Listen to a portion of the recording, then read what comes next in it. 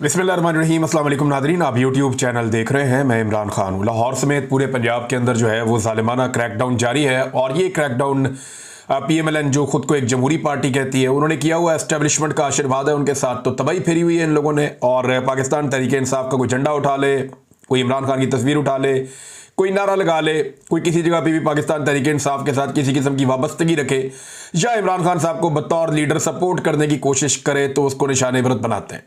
अब चादर और चार दीवारी का तकद्दुस पामाल किया जा रहा है। रात भर बार बार छापे मारे गए हैं। गुज़िश्ता रात सूरत हाल बहुत ख़राब थी, आज दिन को भी ऐसे ही है।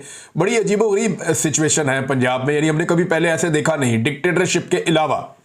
तो जमहूरी दौर में तो ऐसा नहीं होता, लेकिन PMLN ऐसा कर रही है और ये कल को ऐसा भुगतेगी भी। और जब ये ऐसा भुगत रहे होंगे तो बहुत सारे लोग खड़े होंगे, शोर मचा रहे होंगे जो आजकल पाकिस्तान तहरीक इंसाफ के साथ जो कुछ हो रहा है उसके ऊपर खामोश हैं। लेकिन चले वो वक्त भी हम देखेंगे, ये वक्त भी हम देख रहे हैं। माजी में भी हमने PMLN को मार खाते हुए देखा, लेकिन जब जब नवाज शरीफ को मार पड़ी उनकी अक्सरियत उनको छोड़कर चली गई, लोग उनके साथ खड़े नहीं हुए। नवाज शरीफ ने खुद भी कहा था कि मैं जब भी कभी खड़ा होता हूं लोग मुझे कहते हैं कि कदम बढ़ाओ नवाज शरीफ, हम तुम्हारे साथ हैं। तो मैं जैसे ही कदम बढ़ाता हूं पीछे देखता हूं कोई भी नहीं होता। ये नवाज शरीफ ने हमेशा पाकिस्तान की आवाम से गिला किया। तो लोगों का नवाज शरीफ के साथ कभी वो ताल्लुक बन ही नहीं पाया, सिर्फ एक मफाद का ताल्लुक है ऐसा लगता है मियां नवाज शरीफ से। जबकि इमरान खान के साथ लोगों ने कुर्बानियां दे देकर इंतहा कर दी।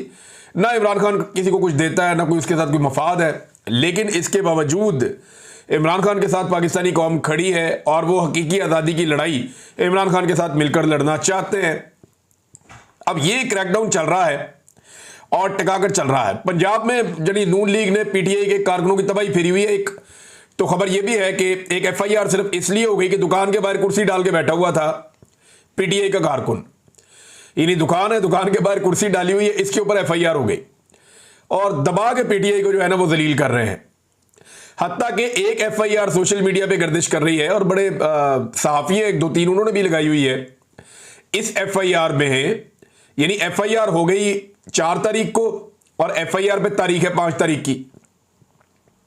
यानी 5 तारीख को जो होना है उसकी FIR एक दिन पहले दर्ज कर दी गई है कि ना 5 तारीख को मैं निकला गश्त पे, मैं सड़क पे जा रहा था, मैंने देखा ट्रैफिक जैम है, रिक्शे रेडियां और बहुत सारी गाड़ियां खड़ी हैं और वहां पे ट्रैफिक जैम है। और मैं जब किया तो आगे देखा चंद लोग खड़े नारे लगा रहे थे, उनमें PTI के ये लोग थे। मैंने इन्हें मना किया लेकिन ये पुलिस पार्टी पर हमला करते हुए फरार हो गए, तो अब इनके खिलाफ FIR दर्ज कर ली गई है। अच्छा, वकूआ लिखा गया है जनाब 5 अगस्त का और FIR दर्ज हो गई है 4 अगस्त को।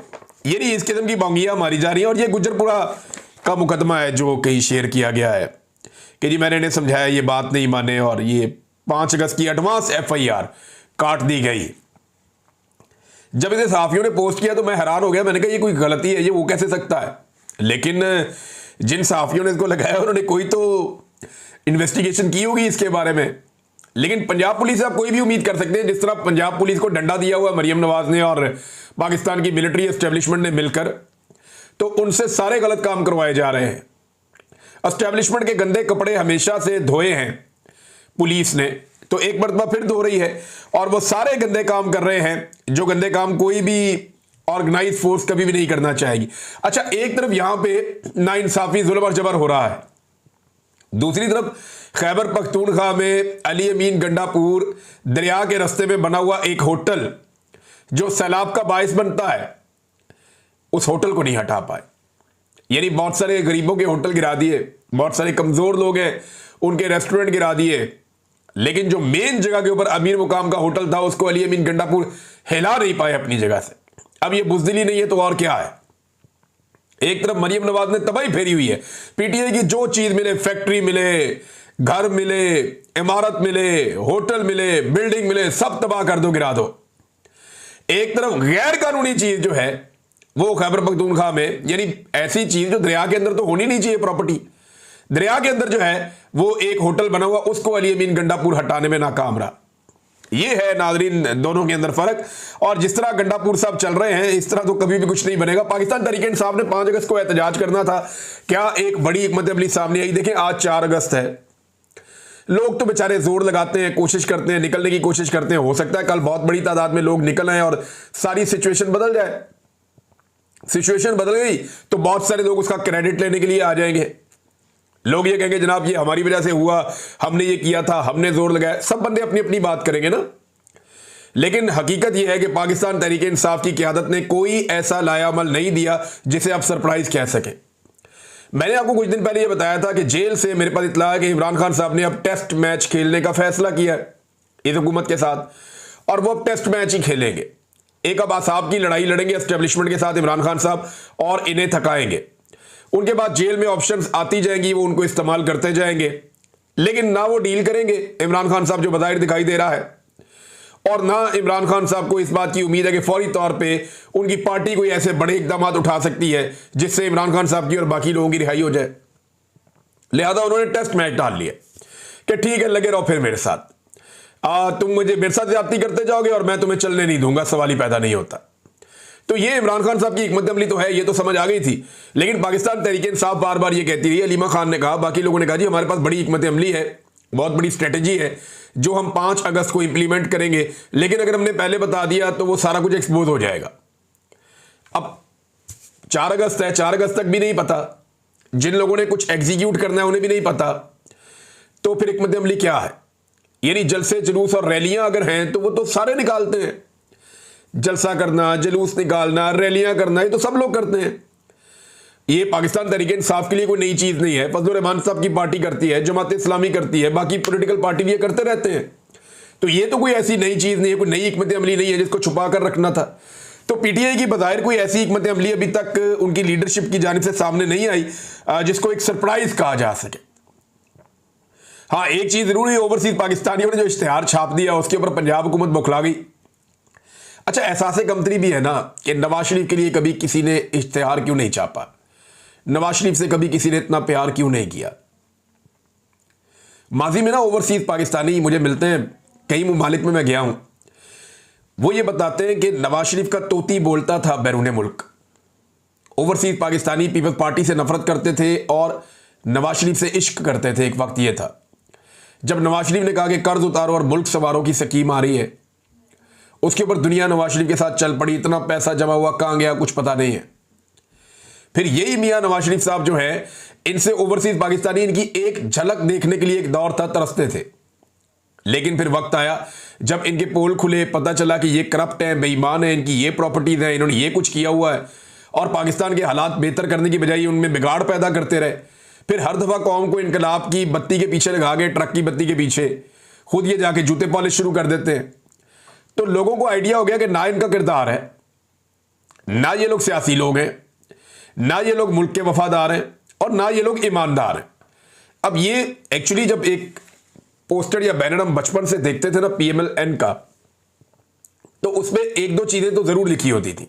एक, बाकिरदार क़यादत, ये जरूर लिखा होता था, और ईमानदार, यानी ईमानदार और बाकिरदार, ये दयानतदार, ईमानदार, बाकिरदार, ये अल्फाज मियां नवाज शरीफ साहब के बैनर्स और पोस्टर्स के साथ लगे हुए होते थे। फिर मियां साहब अपने मुंह से कहते थे हम इक्तदार की नहीं इकदार की सियासत करते हैं, लिहाजा एस्टेब्लिशमेंट को और फौज को सियासत से निकल जाना चाहिए। आज मियां साहब और उनके सारे लटरम पटरम ये मिलकर कहते हैं जी हमें बड़ा फख्र है इस बात के ऊपर कि हम एक हाइब्रिड मॉडल लेकर आए। हाइब्रिड का लफ्जी मतलब है दोगला, कि हम एक दोगला निजाम लेकर आए जिसमें हुकूमत कोई और कर रहा है और सामने हम बैठे हुए स्टीयरिंग के ऊपर। यानी ऐसा महसूस हो रहा है जैसे कि हमें सिर्फ बिठाया गया है स्टीयरिंग पे सिर्फ शो शाह के लिए, पीछे से हुकूमत तो कोई और चला रहा है, ड्राइव तो कोई और कर रहा है, हम तो ड्राइव नहीं कर रहे। तो ये दोगला निजाम आज बड़े फख्र से ये कहते हैं जनाब हमें फख्र है कि हम ये कर रहे हैं, फौज हुकूमत चला रही है, हम जनाब उनके पीछे बैठे हुए सिर्फ अपना चेहरा लेकर, हम ना 3 में ना 13 में। तो मियां साहब ने अपनी इज्जत खुद गंवा ली। वही ओवरसीज जो कल तक मियां साहब के नाम की माला जपते थे, आज वो मियां साहब को मुंह नहीं लगाते। उन्हीं शहरों में जहां मियां नवाज शरीफ साहब की एक झलक देखने के लिए लोग तरसते थे, आज उन्हीं शहरों के अंदर मियां नवाज शरीफ साहब अपनी खिड़की खोल के बाहर मुंह नहीं निकाल सकते कि कोई गंदा अंडा ही ना मार दे। ये इतनी अजीबोगरीब सूरत हाल इनके साथ क्यों हो गई? देखिए, एक इश्तिहार को लेकर ये बेचारे परेशान हो गए जो ओवरसीज पाकिस्तानियों ने न्यूयॉर्क टाइम के अंदर लगवाया।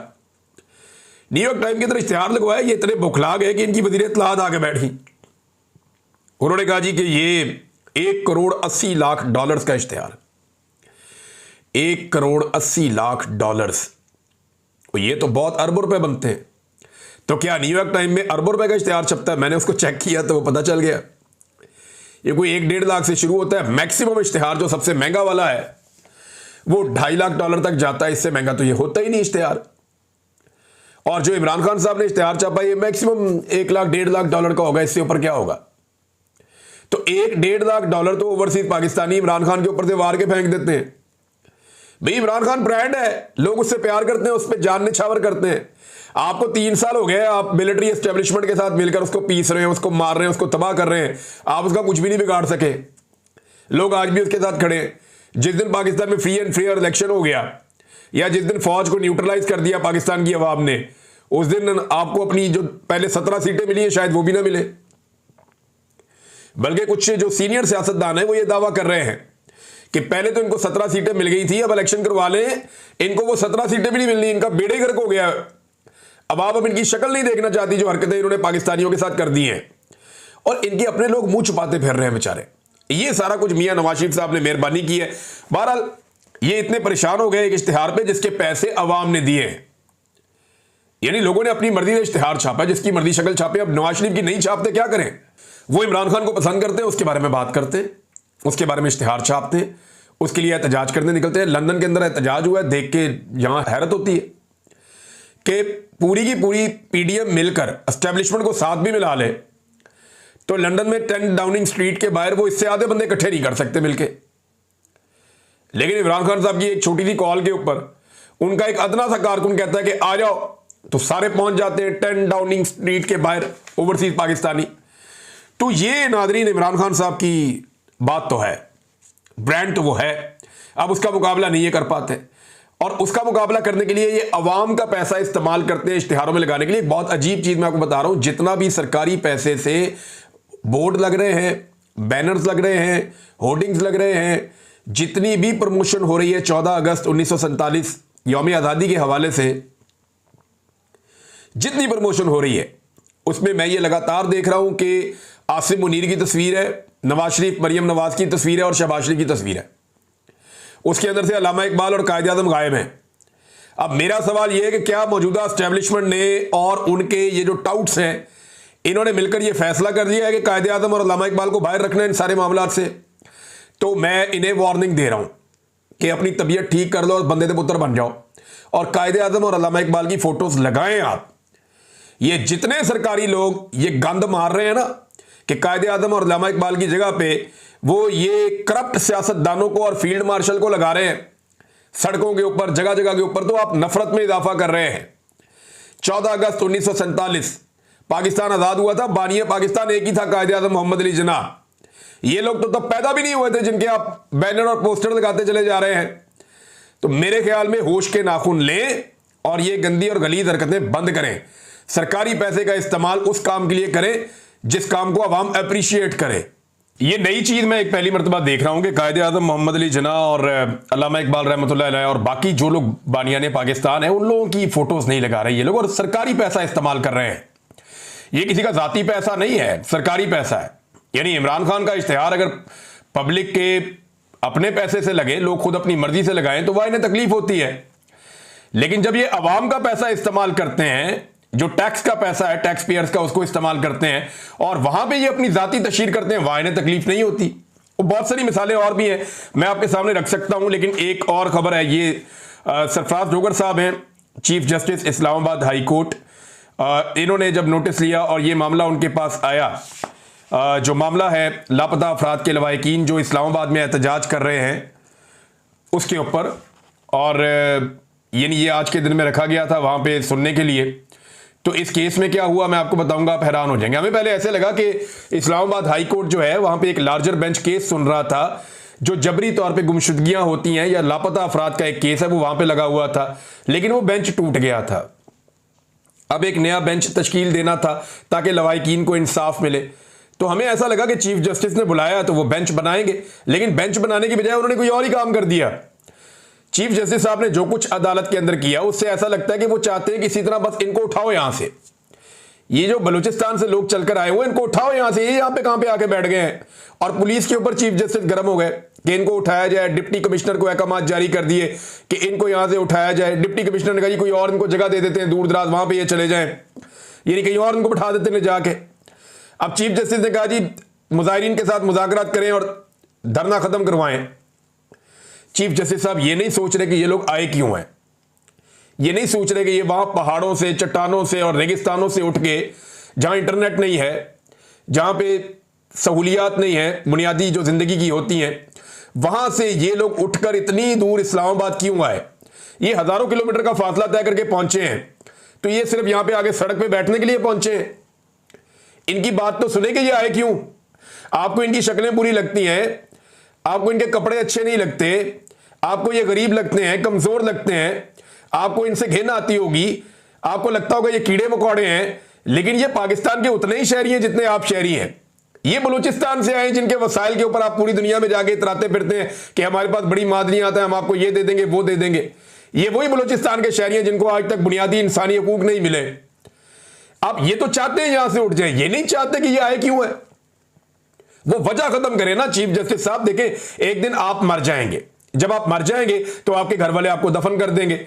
जब आप दफन हो जाएंगे तो फिर आपकी एक नई कहानी शुरू हो जाएगी, आपको हिसाब देना पड़ेगा। और ये मासूम लोग आपका गिरेबान पकड़े, इससे बेहतर है इन्हें इंसाफ दें। ये लोग आपका गिरेबान पकड़ेंगे, ये आपसे सवाल पूछेंगे, तब आपके पास जवाब नहीं होगा। हकूकुल इबाद की तो अल्लाह भी माफी नहीं देता, और आपकी तो बहुत बड़ी जिम्मेदारी है। आपको तो चीफ जस्टिस बना दिया गया है इस्लामाबाद, अब हादसाती तौर पे बना दिया गया है, लेकिन बना दिया गया है, ये आपके गले पड़ गई है। अब आपको इंसाफ तो देना पड़ेगा। अब ये बेचारे लापता इनके लोग हो गए हैं, पूछे उन माओ से जो बेचारी आकर बैठी हुई हैं, वो किसी को शौक है इतनी दूर से बलूचिस्तान से अपना घर बार छोड़ के, अपना काम सब कुछ छोड़ के वो इस्लामाबाद आके यहां सड़कों पे पड़े हुए हैं, सड़कों के ऊपर वो लेटे हुए वहां बैठे हुए बेचारे एहतजाज कर रहे हैं बारिश के अंदर, खराब मौसम के अंदर। किसी माँ से पूछे उसकी बेचारे की, वो उसकी आंखें दरवाजे पे लगी हुई होती हैं कि मेरा बेटा पता नहीं कब वापस आएगा। भाई अगर किसी ने कोई जुर्म किया है, अगर किसी ने कोई जुर्म किया है तो अदालत जाने ना, उसको अदालत में पेश करें पकड़ने के बाद। ये तो नहीं हो सकता कि कोई एजेंसी ये फैसला कर ले और वो इंसानों की जिंदगी और उनकी सांसों की मालिक बन जाए कि जनाब हमें लगता है बंदा ठीक है, पकड़ के अंदर कर दो। भाई इनको तो मैं भी खराब लगता था, मुझे पकड़ के अंदर कर दिया था लंबे अरसे के लिए। तो अगर बेगुनाह आदमी मैं अंदर जा सकता हूं तो बहुत सारे और लोग भी अंदर जा सकते हैं बेगुनाह। इंतजार बंजूथा बेगुनाह था, अहमद फरहाद बेगुनाह था, समी इब्राहिम साहब बेगुनाह थे, जो आर्या मकबूल जान के साथ हुआ वो भी बेगुनाह थे, जो लोग जबरी तौर पे लापता हुए, मैं चंद मिसालें आपके सामने रख रहा हूं, और बहुत सारे लोग हैं। सदाकत अब्बासी ने कौन से कुछ जुर्म किए हुए थे, और जितने लोग प्रेस कॉन्फ्रेंस कर देते थे वो किसी और तरफ, और जो नहीं करते थे वो किसी और तरफ। बहरहाल वो मामला दूर चला जाएगा। चीफ जस्टिस साहब आपको इंसाफ देना पड़ेगा, वरना फिर आपको जवाब देना पड़ेगा, इस जहान में भी और अगले जहान में भी। और एक बार ज़हन में रखिएगा, पाकिस्तान में जब भी इनकलाब आएगा ना, तो इस किस्म की अदालती जजमेंट्स और इस किस्म के कंप्रोमाइजेज की वजह से ये आपकी अदलिया भी अवाम के नरगे में आएगी। उस वक्त लोगों को अदलिया के ऊपर भी गुस्सा आ रहा है, और लोग ये जानते हैं कि जो कुछ पाकिस्तान में हो रहा है इसमें अदलिया इस वक्त एक सहूलतकार का किरदार अदा कर रही है। वो बेचारे बलोच बुरे लगते हैं आपको, उनकी बात तो सुनो, उनकी तकलीफ तो महसूस करो। सरफराज डोगर साहब आपका बेटा उठा लिया जाए ना, ये बेटी उठा ली जाए और उसे जबरी तौर पे लापता कर दिया जाए, आपको और आपकी अहलिया को पता ही ना चले, पूरा खानदान टकरे मारते रहे, कभी इधर भागें, कभी एहतजाज करें, कभी अदालत में जाएं, आपको पता ही ना चले वो गया कहां पे है। आप दुनिया छान मारे, जहां मर्जी आप चले जाएं, आपको समझ ही ना आए वो गया किधर। एक उम्मीद आपको बाकी हो कि एक दिन वो वापस आ जाएगा, इसके अलावा कुछ भी नहीं। पूरी रियासत आपकी बात सुनने से इनकार कर दे, फिर आपको पता चलेगा ये तकलीफ क्या होती। जो इस तकलीफ से गुजरता है ना, उसी को आइडिया होता है। और अगर कोई इस तकलीफ से गुजरे बगैर इसके इंसाफ के लिए कोशिश करे तो वो बहुत अजीम इंसान होता है। तो आप कोशिश करें कि आप थोड़ा सा अजमत के किसी मेयार पे पूरा उतरे और इन लोगों के लिए आवाज उठाएं, बजाय इन लोगों को उठवाने के। यानी इन लोगों को उठवाने से क्या होगा, ये चले जाएंगे बेचारे मायूस होकर। आप इनको दीवार के साथ लगा के करना क्या चाहते हैं। ये इस शहर में आए कि यहां पे फैसले होते हैं, ये अपना फैसला लेने आए हैं कि हमारे प्यारे हमें वापस करो या अदालतों में पेश करो, अपना फैसला लेने आए। और आप ये फैसला सुनाने के दौड़ जाओ यहां से, या कोई इंसाफ नहीं है, कानून नहीं है, रियासत नहीं है, तो वो क्या करेंगे जाके वापस। आप उनकी ऑप्शंस खत्म कर रहे हैं, फिर आप कहते हैं दहशतगर्दी बढ़ रही है, फिर आप कहते हैं लोग रियासत के खिलाफ क्यों हो रहे हैं, फिर आप कहते हैं रियासत के खिलाफ लोग नारे क्यों लगाते हैं। तो जैसा आप उनके साथ सलूक करेंगे वो बेचारे वही करेंगे ना, उसके अलावा उनके पास ऑप्शंस खत्म हो जाती है। नाज़रीन, कश्मीर के एहतजाज में शिद्दत आ रही है। वहां पे नौजवान जो हैं उन्होंने मुख्तलिफ इलाके बंद कर दिए हैं, सड़कें बंद कर दी हैं। वो ये कह रहे हैं कि अब्दुल कयूम नियाज़ी साहब को रिहा किया जाए। जो साबिक वज़ीर आज़म भी हैं आज़ाद कश्मीर के और पाकिस्तान तहरीक इंसाफ के रहनुमा हैं।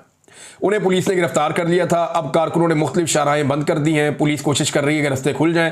कारकुन मान नहीं रहे। वो ये कह रहे हैं 24 घंटे का हमने आपको वक्त दिया था, हम पूरा का पूरा इलाका बंद कर देंगे अगर आपने अब्दुल कयूम नियाज़ी को रिहा ना किया तो। अभी तक तो सूरत हाल जूं की तूं है। जो इसके अंदर फर्दर डेवलपमेंट होगी आपके साथ मैं शेयर करूंगा। मौलाना ज़ियाउर रहमान साहब हैं, ये फजलुर रहमान साहब के भाई हैं।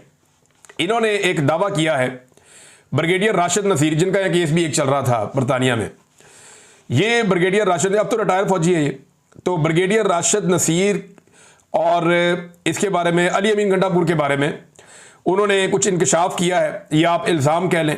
उन्होंने कहा क्या? उन्होंने कहा जी ब्रिगेडियर राशिद नसीर ने गिरफ्तारी के वक्त जब अली अमीन गंडापुर के बाल काटे थे तो इसी वक्त आपसे लिखवा लिया था कि पीटीआई को तोड़ना है।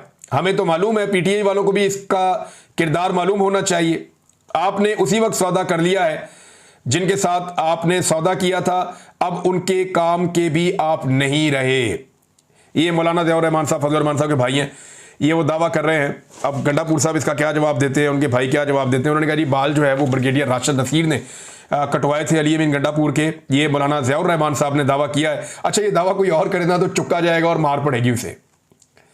कोई भी ये दावा करेगा ना पाकिस्तान में, उसको चुक लेंगे, उसको मारेंगे, कुटेंगे। फजलुर रहमान साहब एस्टेब्लिशमेंट के साथ मिलकर स्टेटस को का हिस्सा रहते हैं, लिहाजा उनके भाई को कोई उंगली भी नहीं लगा सकता। बल्कि जो लोग ज़ेरे अताब आते हैं ना, उनमें से कुछ लोग अब दूसरी पॉलिटिकल पार्टी ज्वाइन करना शुरू हो गए। ऐसे लोग जो पीटीआई के साथ थे लेकिन अब वो पार्टियां चेंज कर रहे हैं, कोई फजलुर रहमान साहब की पार्टी में जा रहा है, कोई पीपल्स पार्टी में जा रहा है। अच्छा, वो कारकुन जो अपनी पार्टी की लीडरशिप से नहीं मिल सकते, वो भी अगर ये कहते हैं ना हम पीटीआई से आ रहे हैं, तो उनकी लीडरशिप उन्हें मिल लेती है। ये आप अजीब चीज देखें, एक फोबिया है ना पाकिस्तान तहरीक इंसाफ का जो पूरे मुल्क में चल रहा है। शुगर माफिया के हवाले से नाज़रीन खबर है, अगले वीलॉग में आपके साथ में शेयर करता हूं। अब तक के लिए इतनी, अपना ख्याल रखिएगा, अपने चैनल का भी। अल्लाह हाफिज़।